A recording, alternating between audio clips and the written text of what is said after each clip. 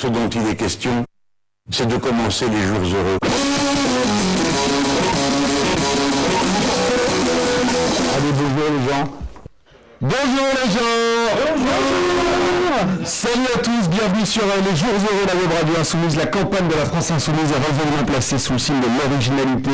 Après la constitution d'un programme qui a duré un an, après des meetings bondés partout en France, après des émissions en direct sur la chaîne YouTube, après une émission qui a duré 6 heures pour chiffrer le programme, quelle est l'idée complètement dingue qu'on aurait pu faire? Une web radio, ça y est, c'est parti tous les jours de 8h à 9h, et le soir de 20 à 22, toute l'équipe sera là pour vous raconter en quelque sorte les coulisses de la campagne, et puis on sera avec vous, avec ce numéro de téléphone, notez-le d'ores et déjà, 07 86 58 16 39, 07 86 58 16 39, et ce hashtag Jours Heureux, une émission interactive donc tous les jours de 8 à 9 et de 20 à 22. Autour de cette table, Laïla Chabi, porte-parole de Jean-Luc Mélenchon et responsable du livret de logement. Salut Laïla. Salut Guillaume. Tout va bien? Ça va, il est un peu tôt, mais ça va. Non, il est pas tôt. non. Parce que l'émission va tourner en podcast, donc il est pas tôt. Il est n'importe quelle heure. Très tard. Il est très tard. Bonjour, au revoir. Daniel Obono également, une des porte-parole de Jean-Luc Mélenchon, responsable des livrets thématiques. Salut Daniel. Bonjour. Un peu les traits tirés, mais ça va aussi. Non, ça va très bien.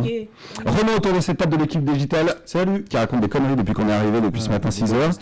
Léa de l'équipe vidéo, Mathias, Julie aussi, Julie Morelli, qui fait plein de choses dans cette campagne. Je sais pas trop comment t'introduire. En tout cas, il y a aussi plein de gens qui sont derrière les réseaux sociaux. Qu'est-ce qui s'est passé hier, Daniel? Marseille. C'était incroyable. C'était fantastique. C'était fantastique. Le rameau, le bleu de l'océan, un discours sur la paix, c'était incroyable. 70 000 personnes étaient réunies sur la Canebière pour un nouveau meeting de Jean-Luc Mélenchon à 2 semaines du premier tour. Laïla, tu as suivi ça à distance? Ouais, devant BFM TV, ouais. Ah, super. T'en as de la chance. Ouais, mais c'était bien quand même. Hein. Ouais. Ouais. Il y a eu tout le discours qui a été diffusé?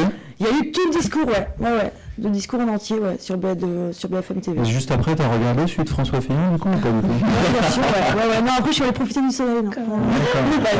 Julie, nous, on était à Marseille, on a pu vraiment vivre cette effervescence du peuple qui s'est soulevé une fois encore hier à Marseille. On va écouter, parce qu'on a des micros qui sont baladés dans la foule hier, dans la foule marseillaise. On va écouter l'ambiance qui régnait sur la Canebière. C'était donc hier à 14h. Je ne veux pas que mon nom soit un slogan. Vous n'êtes pas des dévots. Vous êtes ceux qui portaient un programme qui s'appelle l'avenir en commun.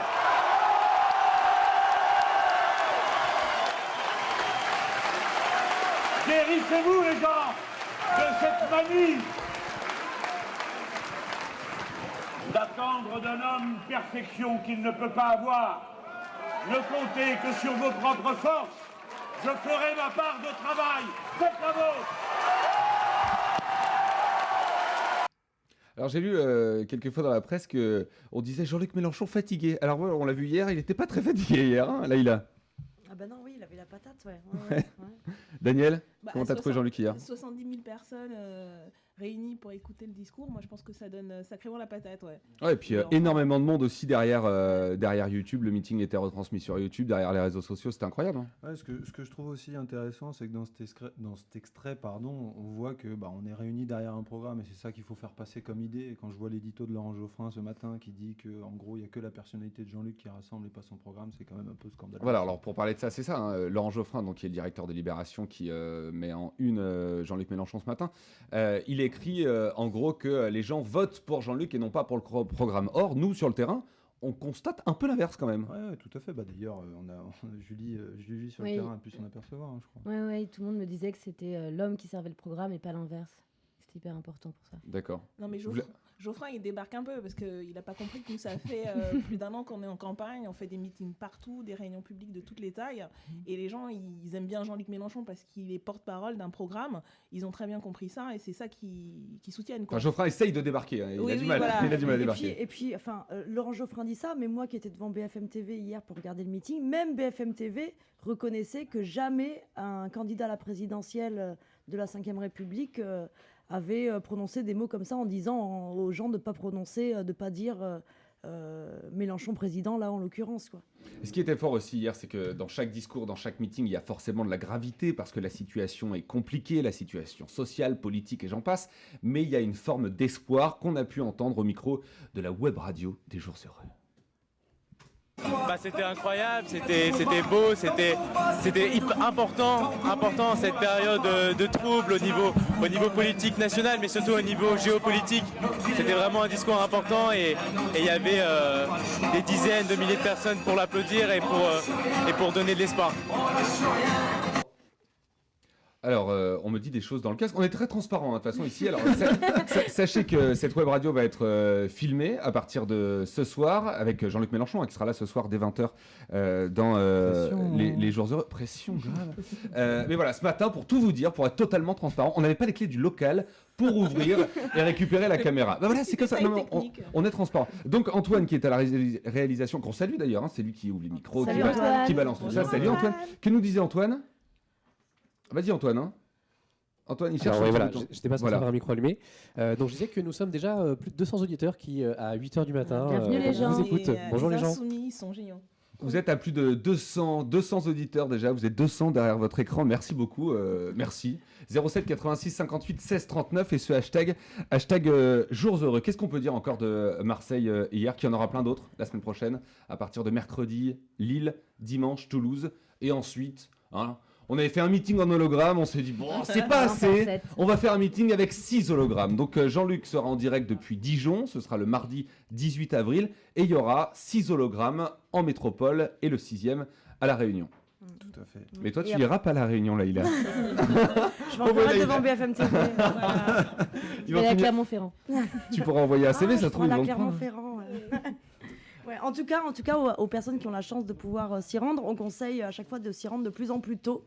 Parce que là, vous qui étiez sur place à Marseille, je crois que dès 11h, la place était blindée. La place a été très vite blindée et puis après c'est vrai qu'il y a des questions de sécurité où on a du mal à commencer le meeting parce que les gens ne remplissaient pas la place et pour des questions de sécurité, si vous rendez un meeting, n'oubliez pas, et surtout en plein air à Toulouse, il est très important que vous avanciez le plus possible vers la scène pour remplir tout ça. En tout cas, vraiment tout s'est bien passé, il y a eu des images magnifiques, c'était vers la mer avec un discours fort de la part de Jean-Luc, je serai le président de la paix, c'est ce qu'il a dit. De la paix, ouais. Et puis franchement, dans la période, on se dit il faut bien quelqu'un comme Jean-Luc Mélenchon avec son programme justement pour faire la paix face à ce qui se passe, quoi. Donc il y a eu un moment exceptionnel avec ce rameau d'olivier tendu dans le silence de Marseille, qui est quand même pas une ville qui est connue pour être silencieuse, et que la France Insoumise arrive à rendre hommage aux migrants comme ça, c'était quand même assez et moi j'ai bien aimé sur le rameau d'olivier au départ, quand Jean-Luc dit cet arbre qui donne des fruits et des fleurs lorsqu'on le croyait achevé. Et je trouve qu'à la fois, au-delà du symbole de la paix, c'est un peu l'expression de ce qui se passe là avec la campagne de Jean-Luc Mélenchon, la dynamique de la France Insoumise. Tout le monde avait prévu des scénarios.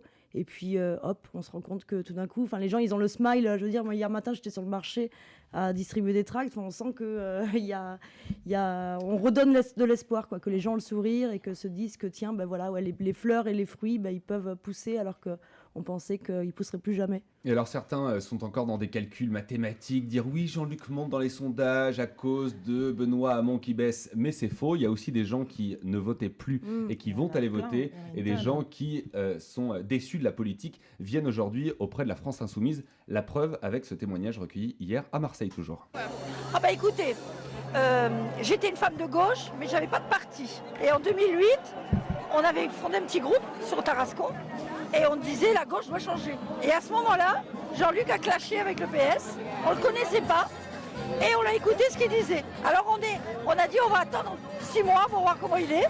Puis comme il allait vraiment de l'avant, on s'est tous encartés. On a tous pris notre carte du PG. Et puis on a pu lâcher Jean-Luc. Et là maintenant, je trouve que, j'assure, il y a 5 ans c'était formidable. Alors là, il y a un staff super, il y a des jeunes partout, il y a un tel boulot qui mérite d'y arriver. Moi je dis, ils n'ont pas le droit, c'est pas possible. Non mais c'est des super témoignages. On est à 2 semaines du premier tour, ça donne une force en soi pour aller convaincre aussi les gens autour de soi, c'est fou. Ah oui, non mais on entend ça tout le temps quoi. Le nombre de gens qui étaient désabusés, moi pareil dans le marché hier dans le 19e, entre les gens qui disent c'est bon j'ai déjà mon vote, c'est Jean-Luc Mélenchon, et puis les gens qui disent, il y en a un qui disait qu'il était dégoûté, il n'avait pas le temps de se réinscrire, mais il faisait le taf pour justement appeler tout le monde autour de lui à aller voter parce qu'il était remobilisé grâce à la campagne quoi. Et ça c'est aussi un acquis extraordinaire après des années justement où les gens ils étaient apathiques, dégoûtés, etc. Et je pense qu'on a réussi ça et c'est super fort. Et puis ce qui est incroyable, Romain, pardon. Ouais, ce dont elle témoigne, la dame, c'est surtout la transmission de génération. J'avais l'impression qu'elle n'avait pas réussi à trouver chaussure à son pied et qu'enfin elle peut transmettre ce flambeau du progressisme, on va dire. Et là, quand elle voit autant de jeunes, elle est très heureuse. Et c'est ça qui est magnifique avec ce mouvement. Elle nous a parlé après de son fils qui est un anard rasta complètement libertaire qui a pris sa carte les au clichés, PG bonjour. et qui va... Il fume de la bête ou ça quoi. Oui, je vois. Il a un chien, il fait des bolasses, bref. Et il va voter Jean-Luc Mélenchon, il s'est inscrit à temps pour voter. Ouais. Ce qui est incroyable aussi, c'est que de jour en jour et d'événement en événement, on a l'impression à chaque fois de franchir un cap et que là ça y est, on est dans la dernière ligne droite et il va encore se passer beaucoup de choses dans les sondages, mais d'abord sur le terrain et dans les urnes, on espère, dans 2 semaines. Ouais, à la fois c'est la dernière ligne droite, mais en même temps c'est là qu'il faut mettre le paquet, parce que c'est là que tout un tas de gens vont se décider à la fois à aller voter, vont se décider pour qui ils vont voter. Donc oui, c'est la dernière ligne droite, mais là rien n'est fait, rien n'est joué, il faut pas lâcher l'affaire. Et il faut surtout pas se griser, parce que c'est vrai que c'est hallucinant. Rien n'est acquis. Il faut que j'arrête avec cette histoire de dernière ligne droite parce que ça fait 3 mois que je présente des meetings et à chaque fois je dis ça y est, c'est la dernière ligne droite. Mais bon, là c'est un peu plus la dernière ligne droite parce que là aujourd'hui on rentre dans la campagne officielle. Donc campagne officielle, ça veut dire non plus équité des temps de parole des candidats, mais égalité parfaite des temps de parole des candidats dans les médias. Et ça veut dire aussi lancement des clips officiels depuis à 9h ce matin, où les clips officiels, vous savez, chaque candidat en fait a l'obligation de créer des clips de campagne qui sont diffusés sur France Télévisions. C'est une règle du CSA. Et nous, on a tourné nos clips de campagne, on a monté nos clips de campagne. C'était pas facile, mais on y est arrivé et c'est ce matin à 9h qu'on pourra aller voir. T'en as pu voir quelques-uns, Daniel ? Ah non. Je suis venue direct ici, donc j'ai rien vu, mais je pense que ça va le faire, puisqu'on sait bien faire de notre côté. Donc, Là, je me suis dit, vu que tu es un peu une VIP de la campagne, tu aurais pu les voir en amont, pas ce matin. Mais bon, c'est pas... Non, mais il y a VIP et VIP, quoi. Ouais, tu l'as vu, toi, Guillaume ? Tu l'as vu ? Oui, j'ai participé au clip de campagne. T'avais une vanne, non ? Début de comédien. Oui, c'était mes grands débuts de comédien. Je suis très ému d'ailleurs, parce qu'après tant d'années de journalisme, ça y est, j'ai pu enfin jouer dans un clip de campagne et j'en suis très fier. Un dernier mot sur Marseille. On parle beaucoup du taux d'abstention. Ce qu'on constate, c'est qu'il y a énormément de personnes qui sont allées s'inscrire sur les listes électorales. C'est les gens des mairies qui nous ont dit ça. C'est les gens auprès de la gendarmerie qui nous ont dit ça. Moi-même, je suis allé faire une procuration il y a 2 jours. J'ai été épaté du nombre de personnes qui attendaient dans la gendarmerie pour faire leur procuration. Écoutez les abstentionnistes qui étaient hier à Marseille et qui finalement vont aller voter pour Jean-Luc Mélenchon. Je suis abstentionniste depuis 15 ans et c'est le seul programme que j'ai lu depuis que j'ai ouvert la politique qui m'a donné envie de revoter, quoi. Qui donne de l'espoir. Et là, dans le discours, alors qu'est-ce qui vous a ému ? Comment vous l'avez trouvé ? Le discours, moi ce qui m'intéresse c'est sortir de cette Europe néfaste, arrêter ces guerres qui ne mènent à rien. Et puis arrêter aussi la corruption au pouvoir. La corruption c'est bon, ça dégage là. Il y en a marre.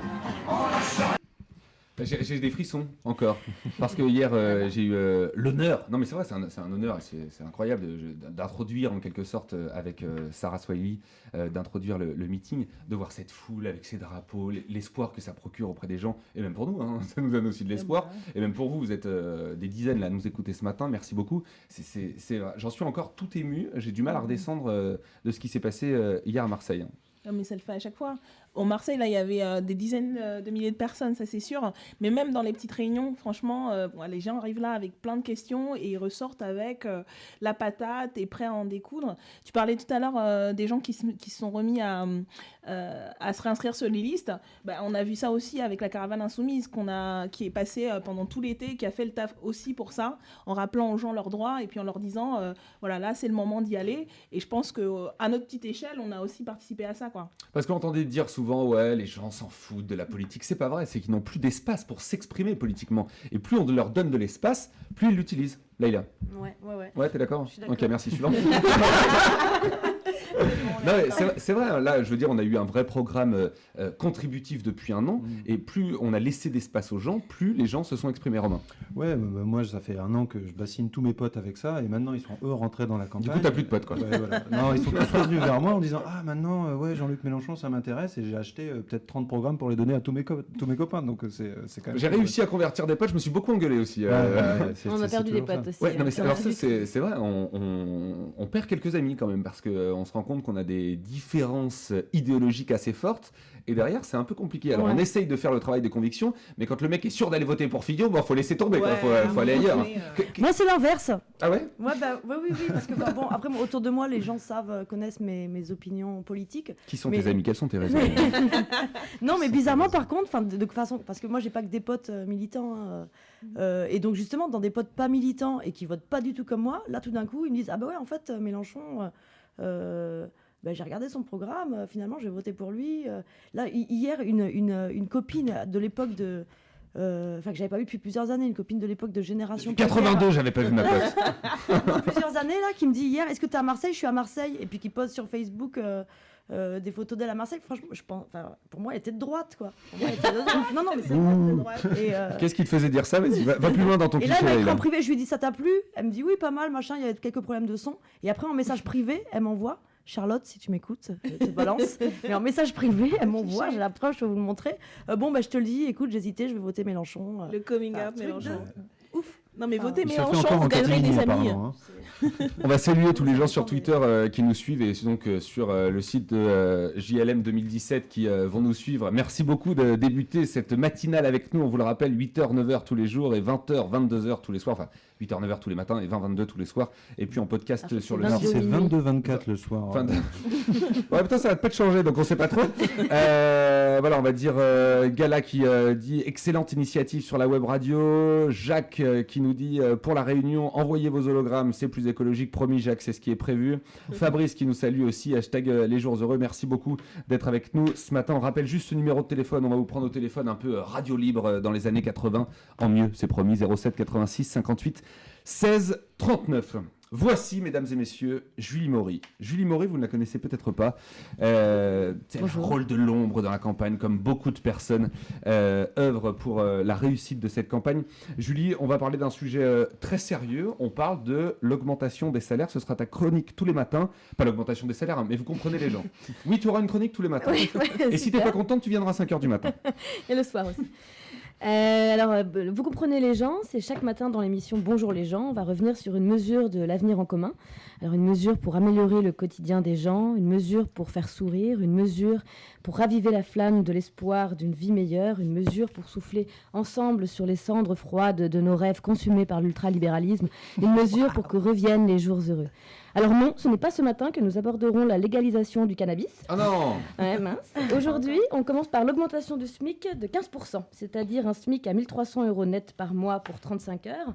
Car c'est bien beau de parler d'espoir, mais comme dirait un grand groupe de rap beauvillésois des années 90, si l'espoir fait vivre, ceux qui vivent d'espoir meurent de faim. Et 173 € en plus par mois, ça remplit davantage l'estomac, n'est-ce pas Daniel? N'est-ce pas, effectivement. L'augmentation des salaires, c'est genre juste la mesure qui, à tous les coups, quand tu l'expliques, les gens comprennent quoi. Que notre programme, il est très concret, il s'adresse à la population et puis il fait face à l'urgence sociale. Alors, le truc qu'on nous demande à chaque fois, comment on finance? Parce que mais combien ça coûte? Combien ça coûte? Combien ça coûte? Spéciale dédicace à Burgraff. Non, mais combien ça coûte? Attendez. Alors, tout le monde ne suit pas les médias. Il faut comprendre la blague. On va expliquer. Hein, merci Daniel de me faire coller à ça. Burgraff est donc l'intervieweuse, la chroniqueuse chez Laurent Ruquier, la grande blonde pour la situer physiquement, et qui, lors d'un passage de Jean-Luc Mélenchon sur le plateau de Laurent Ruquier, n'avait pas arrêté de dire combien ça coûte. Parce que c'est important les chiffres. Ouais. C'est important. Non mais après, sans prendre la défense, c'est une vraie question. Combien ça coûte? On a répondu à cette question. On a fait 6 heures d'émission sur YouTube. Hein, on s'en souvient, sur la chaîne YouTube de Jean-Luc Mélenchon, 6 heures de chiffrage.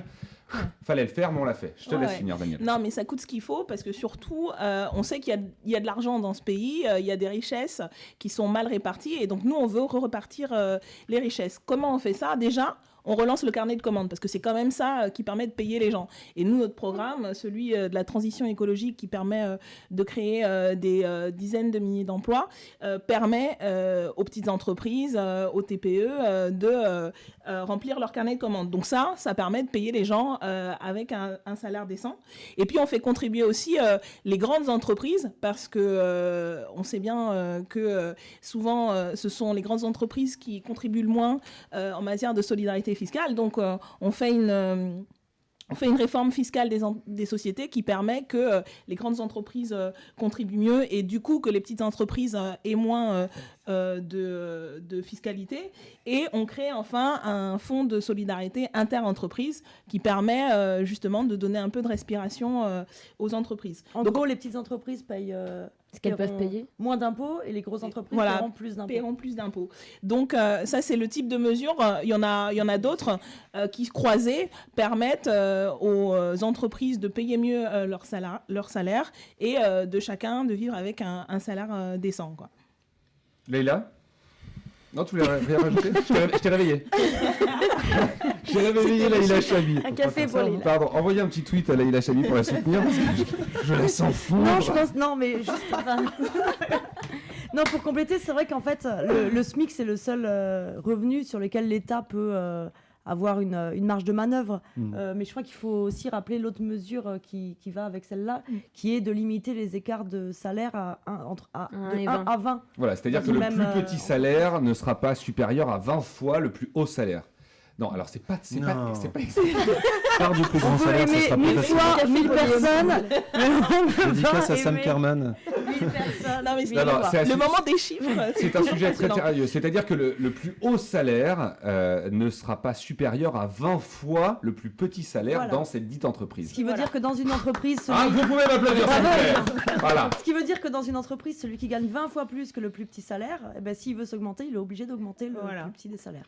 Et on n'augmente pas juste le SMIC, on revalorise aussi le point d'indice des fonctionnaires, parce que ça aide aussi. 2010, qui a été gelé depuis 2010, je dirais même un peu avant. Non ? Oui, certainement. On va chercher. Si vous avez l'info, si vous êtes en train de nous écouter sur Internet, et de toute façon, il n'y a que sur Internet que vous pouvez nous écouter. Essayez de nous dire depuis quand est gelé le point d'indice des fonctionnaires. Julie dit 2010, je dirais un peu plus, je dirais 2008. Allez-y, dites-nous, #jours heureux, on a besoin de vous. Répondez-nous à cette question. Laïla. Est-ce qu'on peut parler de la garantie de dignité ? Mais on parle. Ah mais on parle de ce que tu veux. C'est libre. Vas-y, Laïla. En fait, moi, je constate que c'est une mesure qui est dans notre programme. À chaque fois, je fais le test quand je fais des réunions publiques sur le logement, l'urgence sociale. Je demande aux gens qui a entendu parler de la garantie de dignité. Personne ne lève la main. Personne connaît. Et pourtant, il me semble que c'est une mesure forte de notre programme. Surtout qu'en plus, on a décidé d'y mettre 33 milliards, donc c'est pas rien, donc c'est quelque chose qui va coûter de l'argent. La garantie dignité, qu'est-ce que c'est ?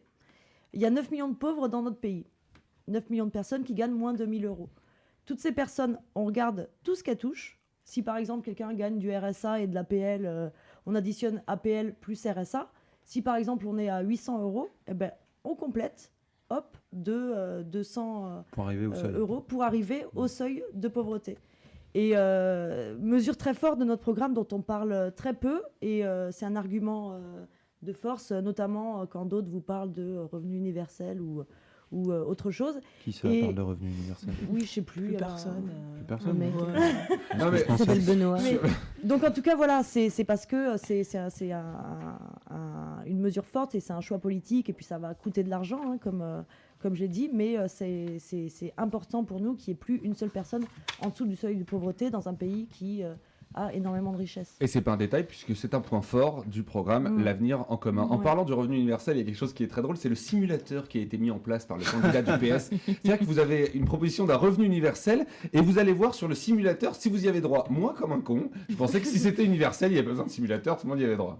Non ? Enfin, je sais pas. Non, mais en même temps, le truc a changé tellement de fois de version. En gros, maintenant, c'est une espèce de RSA amélioré que on peut se demander. Non, mais c'est moche ce qu'on fait. Non. Franchement, il mérite pas ça. On va le laisser tranquille parce que. Ouais, en plus, il appelle à voter pour Jean-Luc Mélenchon au deuxième tour. On a le droit d'être gentil avec le candidat du Parti Socialiste qui appelle à voter pour Jean-Luc Mélenchon. Non, mais voilà, non, mais, Je veux dire, on peut être sympa avec lui. On peut être sympa avec lui. Il y a Léo sur Twitter, Léo qu'on embrasse, qui nous écoute. Bonjour, et qui nous dit, vous pouvez répéter la question. La question c'est, depuis quand a été gelé le point d'indice du fonctionnaire? Il y a des gens dans cette équipe qui visiblement ne m'ont toujours pas répondu. Ils me laissent bien galérer. Donc si vous savez depuis quand le gel d'indice des fonctionnaires a eu lieu, répondez-nous.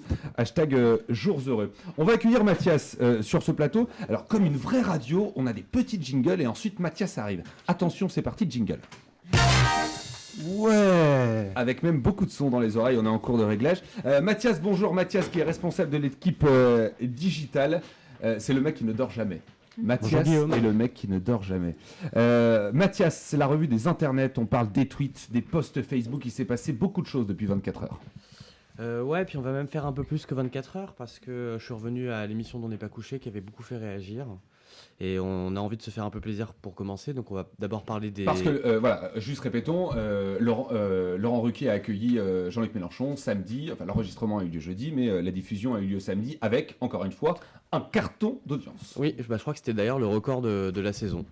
Voilà, et donc on a eu envie de se faire un peu plaisir et on va commencer avec un petit florilège de tweetos qui ont réagi à cette émission en la trouvant superbe. Et donc on a par exemple Sémile qui nous dit « Passionné et passionnant, Jean-Luc Mélenchon est toujours sincère, il parle avec son cœur et sa tête, c'est ce qui nous touche. » Mais aussi Charbrier qui nous dit « Ses paroles sont puissantes, ses combats aussi, l'avenir qu'il nous présente est superbe, ses mesures sont réalistes, votons Mélenchon. » Voilà, je pense qu'on va rester là-dessus et puis on va passer...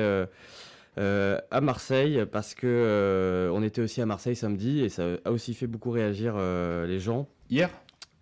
Oui, pardon, dimanche, oui, excusez-moi. On est arrivé samedi, alors oui, c'est pour ça. Voilà, samedi et dimanche, et effectivement, le meeting était. C'était vachement bien rattrapé. Ouais, c'était pas mal. Hein. Écoute, il a besoin de sommeil. On fait comme on peut. Ouais, comme j'ai pas beaucoup d'envie, là, normalement, là, je me couche. Et donc, pour conclure, on va parler donc de Marseille et on va avoir notamment. Loïc qui nous dit merci à Jean-Luc Mélenchon d'avoir rendu hommage aux dizaines de milliers de personnes mortes en Méditerranée. Et c'est vrai que c'était un moment très fort du meeting de Marseille, ce moment où Jean-Luc a appelé tout le monde au silence pour se recueillir sur ces morts.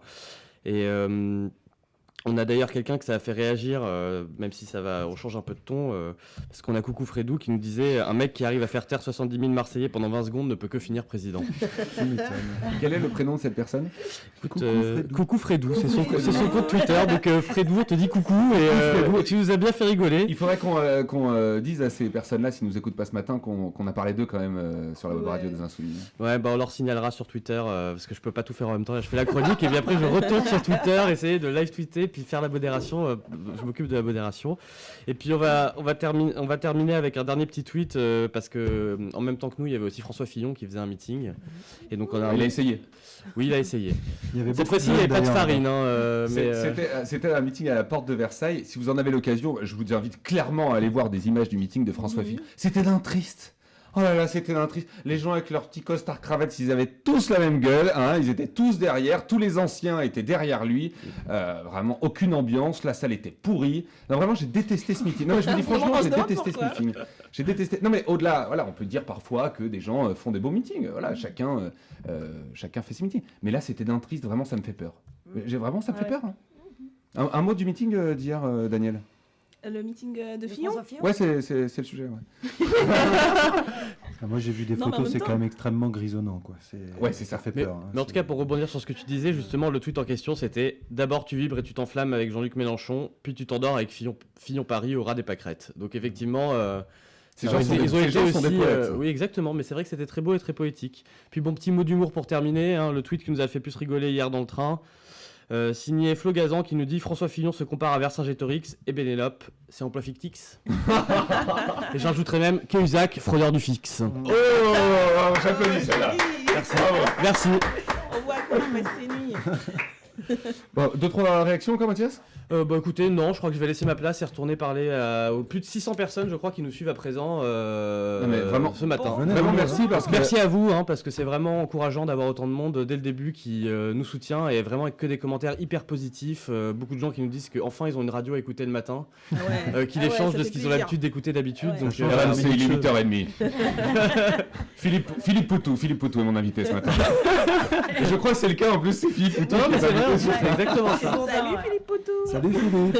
Vraiment, merci parce que c'est vrai qu'il y a des gens qui ont préparé cette web radio depuis de nombreuses semaines. On est là un peu, on bricole en quelque sorte. On est dans une salle au 6e étage au siège de la campagne. On s'est levés tous tôt, on est tous fatigués. Et puis on est là, vous êtes des centaines à nous écouter, à réagir. Merci, franchement merci. Plaisir. Merci, ça fait plaisir. On vous Merci attend les gens. 07 86 58 16 39. On a essayé de vous trouver un numéro de téléphone bien compliqué. On l'a trouvé. Et avec ce hashtag jours heureux, voilà, tweetez, on répond à vos messages et Mathias va retourner derrière l'ordinateur pour répondre à vos messages. Et puis il y a Alexandre sur je sais pas où d'ailleurs qui nous a répondu sur le chat, sur le chat de la radio, nous a répondu que le point d'indice est gelé depuis 2010. Bravo Julie. Super. Bravo, Tu remportes la valise jours heureux. Voilà. Et On va lui payer son salaire pendant 10 ans. Dès l'accession au pouvoir de Jean-Luc Mélenchon et de la France Insoumise, dégel du point d'indice des fonctionnaires et augmentation du salaire en général, du SMIC et des fonctionnaires. Bien. Petit jingle. Allez, comme sur RMC, 8h30. Très RMC. Oui, c'est le micro, ça te modifie un petit peu la voix. Bien, Milan de l'équipe de campagne également, nous parle aussi d'une action complètement incroyable, parce qu'on ne cesse de dépasser les limites de la communication politique et des jeux politiques, puisqu'on parle d'un jeu vidéo, Fiscal Combat, où il y a Jean-Luc Mélenchon dedans, et qui simplement cartonne. Effectivement, ça cartonne. Je peux vous dire que pour moi, la nuit fut très courte. Voilà, éloigne-toi un peu de ton micro, je me permets. Hein. Excusez-moi. La nuit fut très courte parce que je suis rentré chez moi après le meeting de Marseille, un peu fatigué par le soleil. Et je me suis dit que j'allais passer 2-3 secondes sur l'ordi et je suis tombé sur Fiscal Combat. Donc j'ai commencé à jouer. J'ai joué toute la nuit. J'ai joué toute la nuit à ça. C'est juste génial. Les mecs ont fait un boulot formidable. En gros, le type de jeu, pour ceux qui ne le connaissent pas, qui n'ont pas encore testé, c'est ce qu'on appelle un beat'em all. C'était un beat'em all. En gros, tuer les tous. Ah oui, voilà. En gros, un jeu où on avance. C'est bizarre avance. ce que tu avais dit au début. Un beat'em all. C'est ça, oui. On se serait cru chez Brigitte là et vous voyez ce que je veux dire, vous voyez le sujet quoi. En gros, c'est un style de jeu, on avance, on frappe tout le monde. Sauf que bon, nous on est des insoumis, on est gentils, on les frappe pas, on ne fait que les secouer pour récupérer un peu leur argent. Ouais. On a le droit à Fillon, il y a Balkany, il y a tout le monde, il y a tous les fraudeurs. On peut les secouer, on peut récupérer tout leur argent. Moi, j'ai joué quand même assez longtemps. J'ai réussi à aller jusqu'à 1 800 000. Je ne sais pas si c'est beaucoup. Alors en fait, il y a différents niveaux, hein, c'est ça. Il y a différentes personnalités de l'oligarchie qui confisquent non seulement les pouvoirs et puis l'ensemble, et surtout les pouvoirs financiers. On les secoue, ça nous donne de l'argent. C'est pour bien expliquer. Je me permets. Ouais. Ça nous donne de l'argent et on peut augmenter de niveau. C'est bien ça ? C'est ça. On augmente de niveau et on leur prend de l'argent pour financer le programme, l'avenir en commun. Donc moi, j'ai réussi à aller jusqu'à 1,8 million. Qui dit mieux ? C'est qui le... Espèce de riche, tu vas partager maintenant, hein. J'ai calculé, c'est un huitième de la fortune de Cahuzac, que Cahuzac a caché, donc ça va encore. Ça va. J'ai pris qu'un huitième de sa fortune. Et depuis le début, ça a commencé, tous les insoumis qui ont joué à ce jeu, et les curieux, ont récupéré 171 milliards d'euros. Et ben voilà. Vous voyez quand on veut. Ben voilà. Ce qui fait la moitié du niveau de fraude fiscale des riches sur un quinquennat. Et ce qui fait aussi exactement la moitié de ce qu'il faut pour financer l'avenir en commun. Coïncidence, je vous laisse juger par vous-même. Et ça, il explique dans le jeu, quand tu gagnes... Alors, quand tu gagnes, en fait, à la fin du jeu, il y a une... il y a une liste. C'est normal. Milan était un peu perturbé par la musique en dessous. On est une très grosse production et nous avons donc de la musique qu'on peut passer en dessous de la voix. La musique du jeu. Hein, c'est la musique du jeu pour vous expliquer. Vas-y Milan. Ouais, en gros, à la fin du truc, on peut mettre tout l'argent qu'on a mis, on le met dans une caisse commune et on voit l'avancée du programme, le financement du programme dans son ensemble et de mesures phares, toutes les mesures en fait du programme. Il y a quand même un truc extraordinaire dans ce jeu, quand même, quand il y a trop de méchants autour de Jean-Luc, donc des Cahuzac, des Christine Lagarde, enfin un peu tout le monde, quoi, toute l'oligarchie, ben on a le choix, on a un pouvoir spécial. Et pour tous les écarter d'un coup, et ce pouvoir spécial, c'est Jean-Luc qui se transforme en Super Saiyan, comme dans Dragon Ball, et qui crie « Hypocrite !» comme ça, c'est génial. Voilà, avec les cheveux blonds brillants et en flammes. Il y a Azilis sur Twitter qui dit moi je joue pas à Fiscal Combat et j'écoute quand même la web radio. Il y a Mickaël qui nous dit les jours heureux jusqu'en Suède.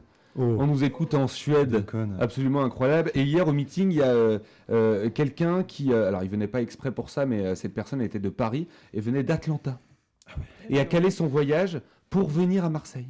Donc elle n'est pas venue exprès, mais elle a calculé les dates pour venir d'Atlanta. Certains qui calent leur voyage pour les Coupes du Monde de foot, d'autres c'est pour les meetings de Jean-Luc. Voilà, c'est ça. Chacun son truc. Mais à chaque fois, en tout cas, c'est populaire, mais là, ça sert vraiment à quelque chose. 1,8 million pour l'instant à Fiscal Combat. C'est ça. Romain? Non, moi je suis assez mauvais pour l'instant, puis j'ai pas eu le temps de beaucoup y jouer, je travaillais sur les chroniques, donc je suis à 500 000 à peu près, j'ai pas trop pu y mettre au pot commun pour l'instant. Et on sait qui a fait le mieux, le meilleur score, le meilleur score. On sait pas du tout. On sait pas On va essayer de savoir ça. On va peut-être demander aux gars du Discord sur Twitter qui doivent nous écouter. Voilà, alors expliquons d'abord ce que c'est que les gars du Discord, Romain. Alors les gars du Discord, en fait, c'est une plateforme autonome en ligne qui organise des tas d'actions sur toute la campagne. Ils sortent des sites, un site par jour, un jeu par jour. Ils sont assez fantastiques en fait. Ils ont sorti une plateforme d'appel. Ouais, c'est eux qui ont fait le jeu. Ouais, tout à fait. Non, mais c'est quand même une campagne hallucinante, quoi, parce que je me rappelle quand Jean-Luc est allé à Angoulême pour visiter l'école du jeu vidéo. Voilà, et qu'il a sorti faudrait faire un jeu vidéo. Enfin, tu vois, il a sorti le truc comme ça, et pouf, 3 mois plus tard, ça y est, quoi, c'est fait. C'est incroyable, quoi. Mais c'est vrai que les gens, ils y vont, quoi. C'est trop fort. On dit oui, Jean-Luc, c'est un des plus vieux de la campagne. Alors déjà, il n'y a aucun candidat qui est entouré avec autant de jeunes, d'une équipe si jeune. Je parle pas de la directrice de communication. Et puis, tous les gens qui créent des initiatives. Ça ne fait pas tant rire que ça. Non, mais parce qu'elle nous a. Parce qu'en fait. Alors, en fait, on vous explique parce que la directrice de communication nous écoute après en direct sur le site. Et donc, il y a un petit décalage. Donc, entre le temps de la vanne et entre le temps où elle a pu écouter, elle a rigolé après. Donc, au début, on l'a regardé, on a dit oh putain, ça la fait pas rire. Finalement, si, ça va, ça la fait rigoler. Voilà, là, ça y est, elle commence à rigoler. Il faut dire, ce que je voulais dire, c'est qu'il y a beaucoup de jeunes qui entourent Jean-Luc, et Jean-Luc a des idées complètement farfelues. C'est-à-dire qu'un matin, il se lève, il se dit tiens, je vais faire un meeting en hologramme. Voilà, tiens, je vais faire des meetings en plein air. Tiens, je vais faire 6 hologrammes. C'est ça, en fait, Jean-Luc Mélenchon. C'est plein d'idées, entouré de jeunes. Et Discord, c'est un collectif, on peut dire ça, Romain? Ouais, c'est un collectif. Ils sont combien? 3 4 000, c'est ça? Ouais, ils sont 3 4 000 un collectif. C'est un joli village, quoi. C'est pas la première fois que j'étais venu, il y avait une centaine de personnes et ça a augmenté. Au meeting à Marseille, il y avait des gens qui avaient des pancartes avec leur logo. Oui, on les a bien vus d'ailleurs. Ils étaient bien présents. Devant la caméra, ils ont bien géré. Et ouais, ils sont beaucoup. Ils se sont réunis au départ sur Internet. C'est pas des gens qui se connaissent, on est d'accord. Ouais. Non, il y a même, je crois qu'il y a un mec, il y a un Américain, enfin un expatrié français aux États-Unis.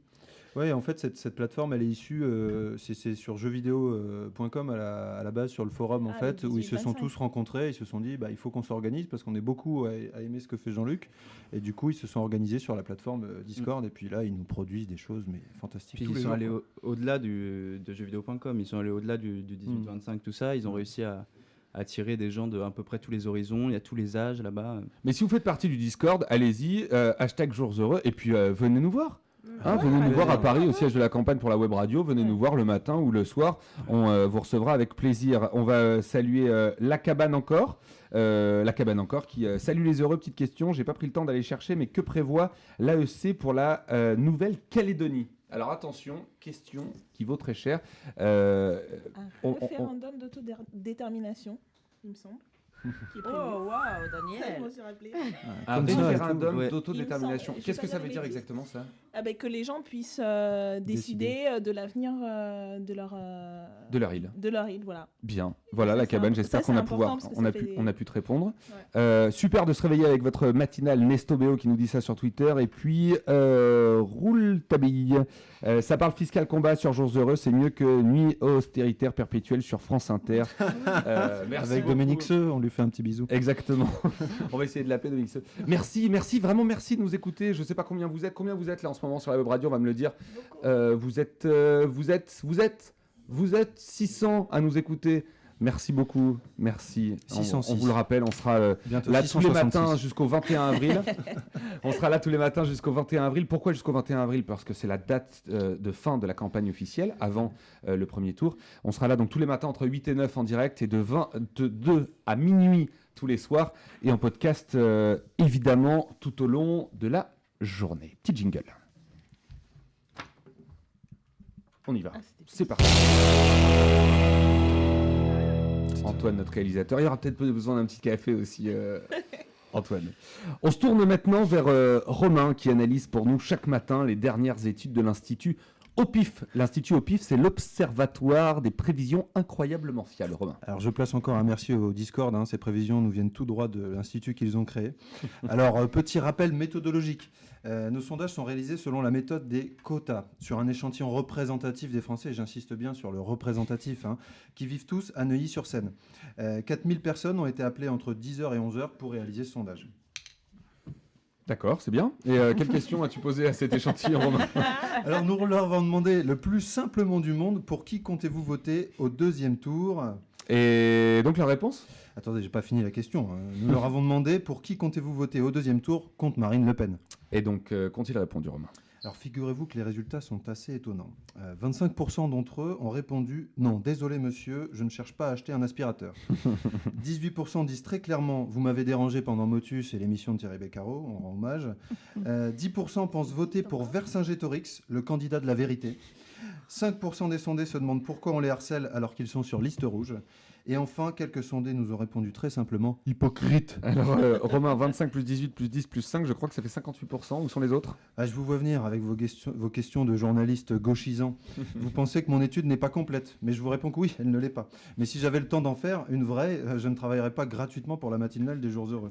Chez nous, à OPIF, nous pensons que peu importe la qualité de nos enquêtes, nous aurons toujours les journalistes comme vous, capables de faire les analyses qui permettront, après une étude stricte des faits et des chiffres, d'en ressortir les faits saillants, de manière à donner un avis neutre sur la situation politique actuelle et de décider en toute connaissance de cause de placer Emmanuel Macron en tête des sondages. Ben voyons. Et donc sinon, tu es venu avec les horoscopes de certains candidats, Romain. Alors là, je me transforme un peu en Elisabeth Tessier, je change ma voix et on y va. Ça te va si bien. Ah, merci. Qu'est-ce qui se passe entre nous, Romain, ce matin? Un certain regard langoureux, des mains sur les cuisses. Enfin, bon. Alors, c'est pour ce soir, là, les gars. C'est vrai, on attendra ce soir. Donc pour François Fillon, cessez de nier les évidences et mettez un peu d'ordre dans vos affaires. Prenez de la distance afin de vous soulager d'une situation pesante. Et pour Benoît Hamon, qu'est-ce que ça donne son horoscope? Des trahisons pourraient survenir à tout moment. Restez sur vos gardes, les traîtres se cachent dans vos rangs et pourraient tenter de vous voler 2 € si vous n'y prenez pas garde. Faites fi des divisions. Et François Rebsamen a quitté depuis quelques heures Benoît Hamon. Big up à François. L'horoscope de Macron, tu l'as pas? Si, mais c'est pas dans l'ordre. Donc elle vient de te péter ta chronique en fait. Leïla. Merci Leïla. On parle de l'horoscope de Marine Le Pen. Alors sur Marine Le Pen, attention, vos obsessions vous trahissent et font naître dans vos alliés des défiances. Saturne charrie avec elle de la frustration et cette dernière pourrait exprimer sa pleine mesure dès la fin avril. Attention aux crèches. Ça y est Leïla, on passe à l'horoscope d'Emmanuel Macron. L'alignement des planètes Mercure, Goldus et Argentia joue en votre faveur. Mais les ficelles sont grosses et vos électeurs indécis. Ménagez vos pieds. Et enfin l'horoscope de Jean-Luc Mélenchon. Un élan vous pousse toujours plus loin, toujours plus haut, où l'on oublie les souvenirs. Le retour de Jupiter annonce une brillante réussite pour un projet qui vous tient à cœur. Cependant, n'abusez pas du quinoa. Merci beaucoup Romain, on te retrouvera tous les jours depuis l'Institut OPIF, Merci. l'Observatoire et Prévision. L'observation et prévision incroyablement fiable. Merci Romain.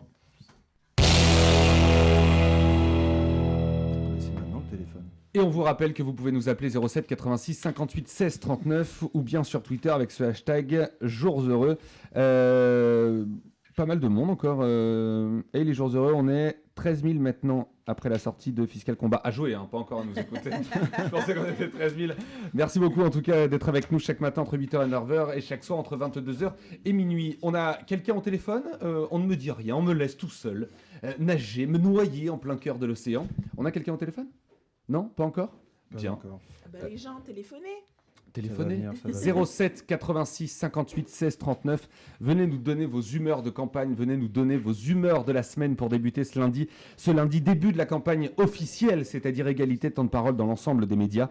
Ici, vous avez la parole non-stop, 8h, 9h, 22h, minuit, sur la web radio des Insoumis, les jours heureux. Le programme de la journée, tiens, qu'est-ce que vous allez faire en tant que porte-parole de Jean-Luc Mélenchon? Parfois, on se dit, qu'est-ce qu'ils font la journée, des réunions? Non, tu vas peut-être bosser, Leïla.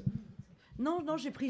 Là, je suis en congé à partir d'aujourd'hui. J'ai pris 15 jours de congé là pour la dernière ligne droite de la campagne. 15 jours de congé. Donc, par exemple, là, aujourd'hui, ton emploi du temps? Là, j'ai une réunion à midi. Ouais. Après, je dois préparer. On prépare un atelier des lois sur le logement. C'est quoi un atelier des lois? En fait, comme vous le savez, il y avait le programme. Enfin, il y a le programme, l'avenir en commun.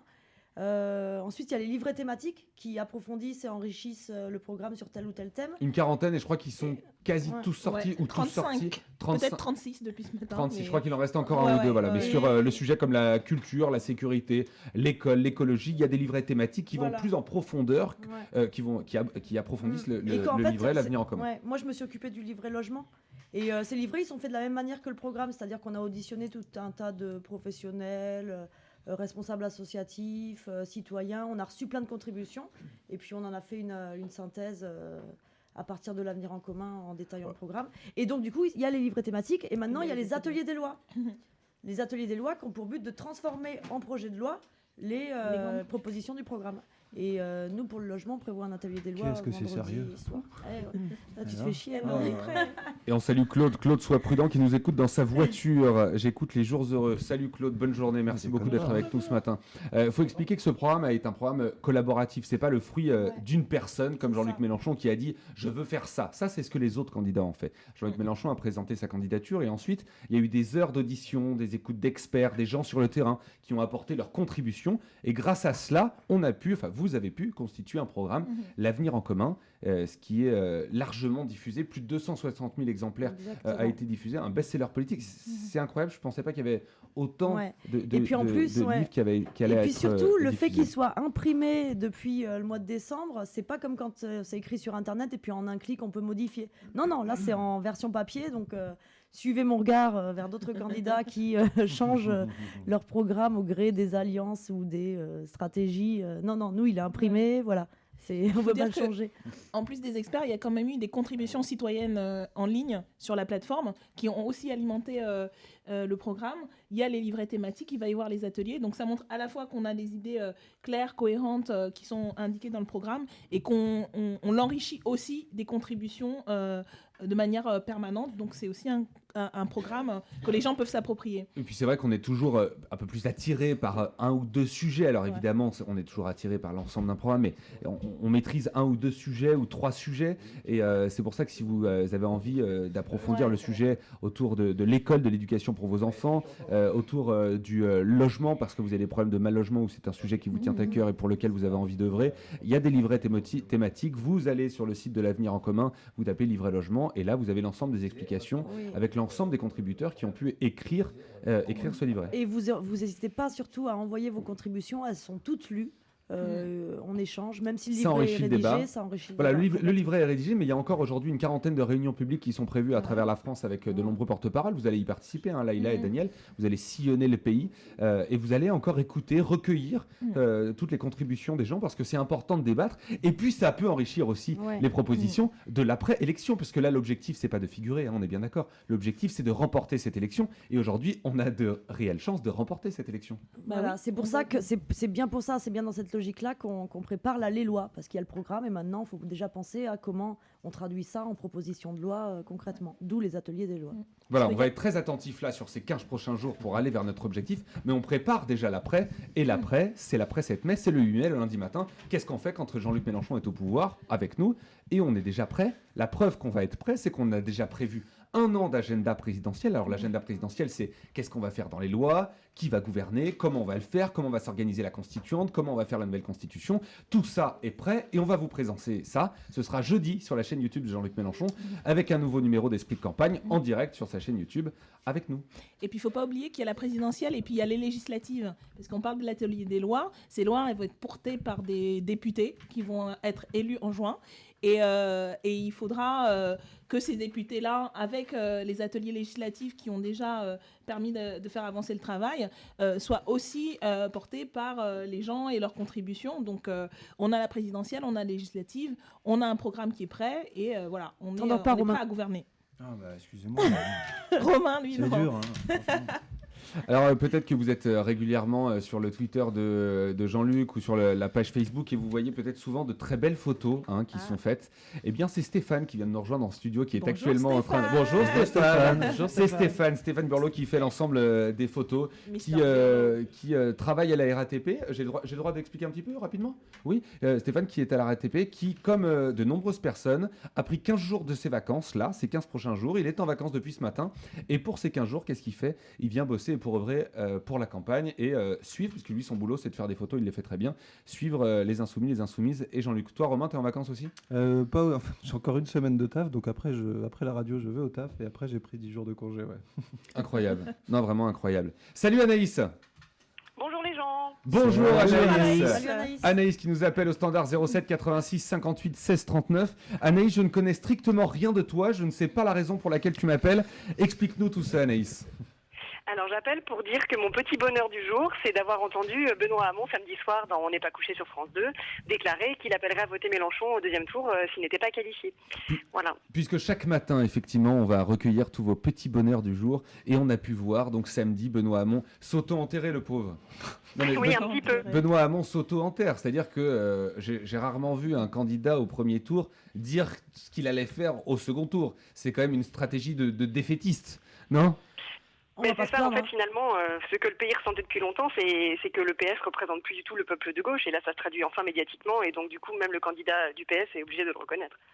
On va peut-être pas les enterrer tout de suite, parce qu'il faut quand même qu'ils remboursent leur campagne, et c'est 5%. Donc voilà. C'est vrai qu'ils restent devant Dupont-Aignan, quand même, ça sera important. Non, mais le bonheur supplémentaire, ce serait pas attendre le deuxième tour, Benoît. Tu peux déjà appeler à voter pour Jean-Luc Mélenchon dès le premier tour. Ça aiderait un peu. On est d'accord que ce n'est pas possible. Enfin, je veux dire. Non, mais il peut toujours dire voilà, j'ai compris, je suis convaincu. Il peut pas se retirer, mais il peut toujours appeler à voter. Oui, mais il y a un aspect. Je suis désolé, j'ai dit n'importe quoi sur Poutine, tout ça. Il y a un aspect financier qui fait qu'aujourd'hui, il faut qu'il fasse 5%. S'il fait pas 5%, il ne sera pas remboursé de sa campagne. Et donc, le Parti Socialiste ne peut pas se le permettre, non ? Enfin, je sais pas, je dis déjà qu'il est assez endetté, oui. François Asselineau le faisait remarquer d'ailleurs pendant le débat. Pour ce à quoi il va servir après, autant qu'il remballe les cartons déjà tout de suite. Quoi. Bon, Benoît, allez. Est-ce qu'il va faire, Benoît. Est-ce qu'il va faire 5% Ça, c'est plus du tout sûr. Hein. Oui. Moi, c'est vrai qu'il y a 15 jours, c'était attention, il va descendre en dessous des 12%. Attention, il va descendre en dessous des 10%. Maintenant, il va peut-être même pas faire 5%. Non, mais c'est vrai, moi j'ai l'impression qu'il y a pas mal de gens comme ça. Enfin, encore, j'en ai croisé hier qui disent j'allais voter Benoît Hamon, puis finalement. Je vais voter Mélenchon parce qu'au moins ça va servir à quelque chose. Parce qu'il peut vraiment être élu. Il n'y a pas de vote utile, mais s'il y en a un, c'est Jean-Luc Mélenchon, ça croyez-moi. Anaïs, tu nous appelles d'où ? Tu fais quoi dans la vie ? J'habite à Paris, dans le 9e arrondissement, et je suis traductrice. D'accord. De combien de langues ? Je traduis de l'anglais vers le français et de l'italien vers le français. Je fais des sous-titres de films et de séries. Wow, je connais une ça calme. qui fait la même chose. C'est cool comme métier. Tu peux me dire un petit truc là ? Tu sais quoi ? On va essayer d'en faire un petit jingle, un petit truc en italien, genre bonjour et bienvenue sur la web radio Les Jours Heureux en italien. Buongiorno e benvenuti a tutti sulla web radio Insoumise. Bon, c'est génial. Je te promets qu'on en fait un jingle dès ce soir. Je suis en train de mettre la pression sur notre réalisateur. On en fait un jingle dès ce soir. Ouais, Anaïs, tu voulais rajouter quelque chose ? Qui, moi ? Ouais. Je fais partie du groupe d'appui de Pigalle Insoumise, les Insoumis de Sopi, voilà. Très bien, et on embrasse ces gens. Merci beaucoup Anaïs d'avoir été avec nous. Grazie mille. Merci à vous et merci pour votre radio, c'est super. Grazie mille Anaïs. Ciao. Je sais dire que ça, je suis tellement content d'avoir parlé italien. Je suis tellement nul en langue que là je suis tellement content d'avoir... J'avais un peu l'accent, non ? Ouais, pas mal, ouais. Refais. Grazie mille Anaïs. C'est pas mal ou pas ? Ça fait un peu l'accent du mafieux italien du film de Scorsese. Je m'en prends plein la gueule depuis ce matin. Bien, est-ce qu'on a quelqu'un au téléphone ? Guillaume est avec nous au téléphone. Salut Guillaume. Bonjour à tous. Salut Guillaume. Bonjour à la France qui se lève tôt. Oui, tu es pas très content de t'être levé tôt ce matin, Guillaume. Ah non, je reconnais votre effort.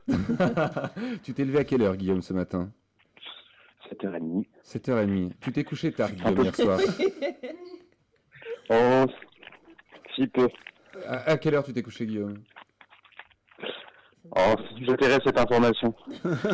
Tout nous intéresse. Tu nous appelles d'où, Guillaume? De Paris.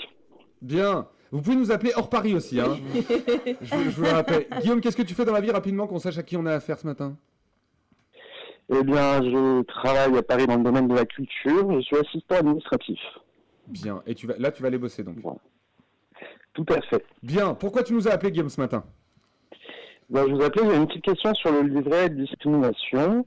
Ça concerne. Donc, le programme de Jean-Luc Mélenchon, il est assez basé sur la formation, pour essayer de faire changer les mentalités.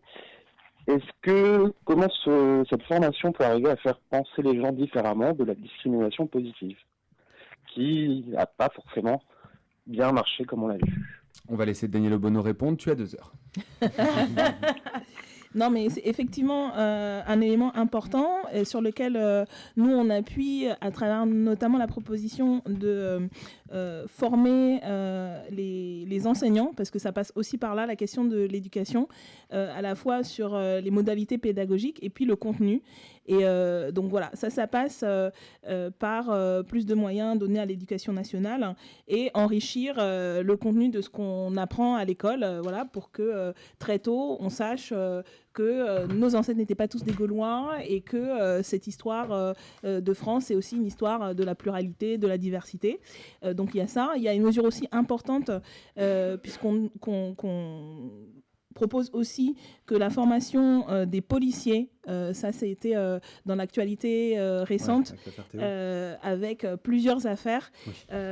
Donc on propose notamment la mise en place du récépissé de contrôle d'identité, d'une part, et aussi la formation des policiers, parce que il se trouve que pour la mission essentielle qu'ils ont, ils n'ont pas une formation suffisante, là aussi en termes de contenu, sur les droits humains, sur l'éthique, sur la sociologie. Donc ça aussi, c'est quelque chose qu'on propose dans le livret et dans le programme. Donc c'est effectivement un élément crucial de la lutte contre les discriminations.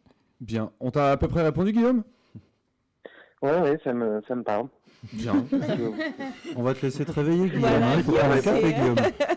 Merci beaucoup, Guillaume, ce matin, en tout cas, d'avoir été avec nous. C'était cool. Merci, Guillaume. Il est parti, Guillaume, bonne journée à vous. Ah non, c'est parti. Bonne journée, Guillaume. Bonne journée, Guillaume. Merci ciao. beaucoup. Merci beaucoup de nous avoir appelés. 07 86 58 16 39. On vous prendra en direct de 8h à 9h et de 20h à 22h, et ce jusqu'au 21 avril. 22h à 24h. Oui. On va y arriver. Ah, tu dis 24 heures, toi? Ouais, 24 heures. 22h minuit. Oui, non, j'arrive pas à m'y faire. Écoute, si j'ai envie de commencer à 20h, je commencerai à 20h. Merde. Écoute. Ah, voilà. Ah oui, jingle. parce que voilà, entre le téléphone et le jingle, il faut faire une petite manipulation. On sera plus au taquet ce soir. En même temps, c'est la première. Voilà, il faut aussi qu'on se rôde. On peut y aller pour le petit jingle? Allez, on va y aller. C'est parti. Antoine au jingle. Yeah. Voilà. Super. On sera mieux calé ce soir. Bien, chaque matin aussi, on va faire une chronique qu'on a intitulée Interville. Parce que vous le savez, il y aura une nouvelle constitution faite par des citoyens, une assemblée constituante. C'est donc la proposition forte qui va faire de cette république une 6e république et donc la fin de la 5e. Et on ne sait pas encore où va se tiendre. Ouais, d'accord. Ça va bien là. Ça va bien. Formation On ne sait pas encore où va se tenir cette constituante. Pourquoi la faire à Paris? Personne n'a la réponse à cette question. Et donc, chaque matin, on va essayer de militer pour une des villes pour savoir où se tiendrait cette constituante. C'est donc la rubrique Interville avec toi, Romain. Ouais, désolé d'être un peu trop présent ce matin, mais promis, les jours prochains, je serai moins là. Alors, l'idée... déjà, je vais vous raconter un peu les coulisses de la radio, parce que quand même, on vous en a pas trop dit. Vous savez que cette radio est née un peu dans la précipitation. Vous imaginez comment ça se passe. Ici, c'est un peu comme pour le programme. On décide de ce qu'on va faire, mais on réfléchit seulement ensuite des moyens pour le faire. Et c'est vrai que Sophia, c'est pas Vanessa Burgraff. Elle n'est pas toujours derrière vous à vous demander combien ça coûte. Et de toute cette précipitation, il résulte que je suis à l'antenne par la force du destin. C'est vous dire si on travaille n'importe comment. Alors voilà pour l'envers du décor. Ensuite, la chronique Interville, l'idée, elle est assez simple en fait. C'est un Jean qui vient le matin et il essaie de défendre la ville dans laquelle il aimerait voir accueillir la prochaine constituante. Voilà, on va rappeler en quelques mots, je l'ai fait, mais on va quand même le rappeler avec les tiens ce que c'est que la constituante. Alors oui, mais prenez des notes, hein, c'est quand même super important. La constituante est une assemblée qui réunira de nouveaux députés, des chargés de constitution en quelque sorte, ce qui permettra d'écrire les nouvelles règles du vivre ensemble dans notre pays. Quels droits nouveaux, comment désigne-t-on les députés, quel temps il fera demain, etc. Enfin beaucoup de choses. Reste que ni Jean-Luc, trop occupé à courir les lecteurs dans toute la France, ni les orateurs, trop occupés à courir le journaliste dans tout Paris, n'ont eu l'idée de lui trouver une ville à cette constituante. Et ça pose quand même problème. D'aucuns se sont précipités pour placer leur ville en avant. Alors on a Antoine et Romain qui ont parlé de Châteauroux ou de Toulouse, mais je peux ici vous annoncer solennellement quelle sera la prochaine ville de la constituante. Mais c'est pas nous qui décidons ça ? Ah, mais je vous garantis qu'une fois qu'ils m'auront entendu parler, les gens se rangeront à mon avis. Enfin, c'est ce que je pense. Mais arrêtez de m'interrompre, j'ai l'impression d'être à l'émission politique. Alors voilà, je vous le dis tout net, la prochaine constituante, elle se déroulera à Lens. Certains gens, encore trop obnubilés par le bassin méditerranéen ou le bassin d'Arcachon, ne prêtent guère attention au bassin de la Houille du Pas-de-Calais. Et pourtant, que de trésors et de richesses. Songez bien qu'en cas de constituante, déjà, il faut songer à restaurer ces députés, fatigués à la tâche.